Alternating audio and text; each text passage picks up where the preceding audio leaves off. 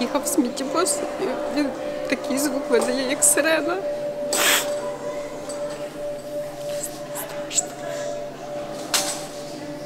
Як проснулася 24 лютого вранці від звуків, я ніколи не чула звуків артилерії, але я проснулася і зразу зрозуміла, що ці вибухи – це почалося. Коли я сиділа, просто збиралася на всяк випадок, якщо треба буде піти в підвал, то побачила, як в мене трясуться вікна і гучний такий, я не знаю, гукіт якийсь. Стреляли с 2 ночи, особенно всегда с 3, с 4, с 5 утра. Бомба летит, вот как будто ты понимаешь, что ты сейчас умрешь, начинает пол трястись, и ребенок твой спит в коридоре. И ты понимаешь, что все, вот сейчас нас не будет. Вот всей моей семьи, мама, папа дома и 2 детей. Вот мой брат, я приехала к родителям, когда война началась.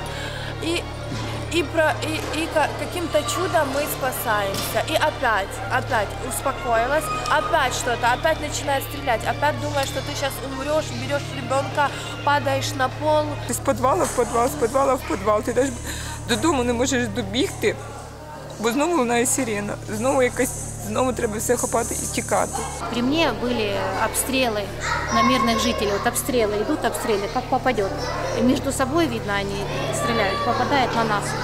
Самолеты летят прямо над нами и взрывается мимо. Очень страшно. Вообще самолет – это самое страшное. Вокруг нас везде были взрывы. Мы находились в укрытии в школе на Оболоне. Возле нас ездили танки, и нам были дни, когда не разрешали выходить из школы, потому что возле школы была стрельба. Но это очень страшно. Когда взрывается рядом, и тебе все дрожит, и стекла выпадают, то это очень страшно. Правда. Это, я говорю, можно уже? Я уже не могу. Мне просто очень было страшно, и сейчас, когда я вспоминаю, мне очень страшно. Было очень много желающих выехать. Это был единственный день, когда открыли мосты с левого берега на правый, чтобы люди могли эвакуационно выехать из города. Надо было детей быстро собрать. Мы оставили, взяли вот то, что было у нас наготове. Мы просто туда запихнули по кофте, по документам, по воде какой-то и все. Ось ми з 2 тваринами взяли їх і вирішили їхати на вокзалі. Просто неможливо, в жоден поїзд, просто неможливо. Людей просто багато. Очень много людей с детьми пыталось выехать, они толкались, потому что было очень страшно. Начали гудеть сирены, и были взрывы возле вокзала.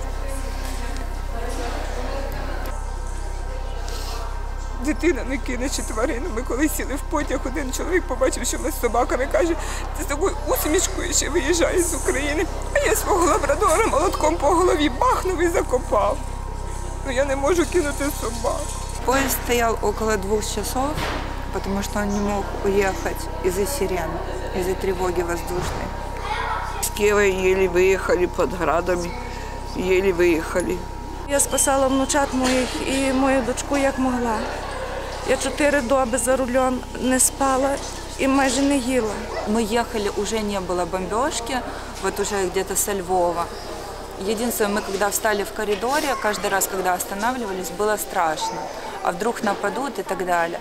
Но потом мы приехали уже сюда, их задарили там чаи, водичка, там бутерброды и так далее. Игрушки подарили. Но выехали как-то, молились, просто Богу молились, просили Бога, спасибо Господу, что мы выехали, что мы приехали сюда, в Польшу. А в Польшу тут нас так хорошо встретили. Просто благословенный народ. Слава Господу. Когда мы здесь остановились, мы вышли ночью с поезда, и непривычно, что можно ночью находиться на улице. И тихо, ничего не стреляет. Мої батьки, вони зараз, вони в мене воєннообов'язані, і вони залишились там. То вони кажуть, що вони будуть боротися до останнього. Тому вони чекають, що будуть по всій території України бомбити наше місто. Нам прийшлось поїхати з нашої домівки, лишити її.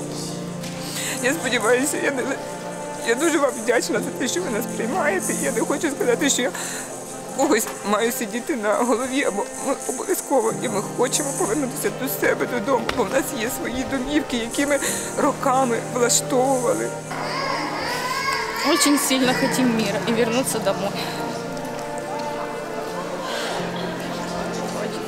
Не за що хвилююся це за своїх батьків, бо вони такі, що вони не будуть ховатися, вони будуть іти і рвати, а я цього б не хотіла, щоб з ним щось сталося. А так все добре.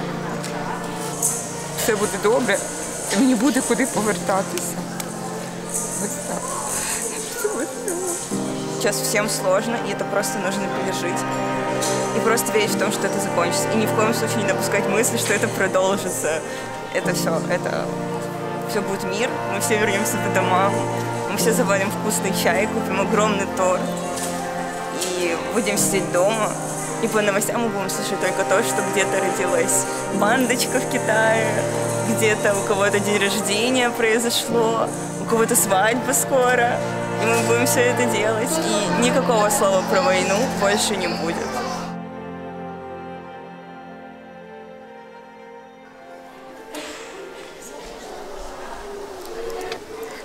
Не можу говорити.